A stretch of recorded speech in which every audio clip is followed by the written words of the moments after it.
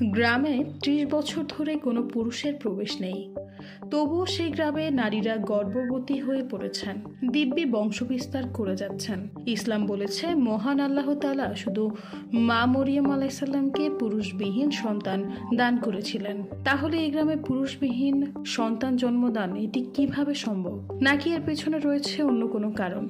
যেখানে বিপরীত লিঙ্গের চক্রে গড়ে ওঠে বংশ পরম্পরা, তবে কি এই গ্রাম চলছে বিপরীত চক্রে? গ্রামটির নাম ওমুজা। দক্ষিণ আফ্রিকার ঘন জঙ্গলে গড়ে ওঠা এই গ্রামে শুধু মহিলারাই বাস করেন। প্রায় ২৫০ মহিলা রয়েছেন এই গ্রামে। পুরুষদের যেখানে কোনোভাবেই প্রবেশের অনুমতি নেই, সেখানে কিভাবে গর্ভবতী হচ্ছেন মহিলারা? এই প্রশ্নটা স্বাভাবিকভাবেই আসবে। না, এটা কোনো জাদু নয়।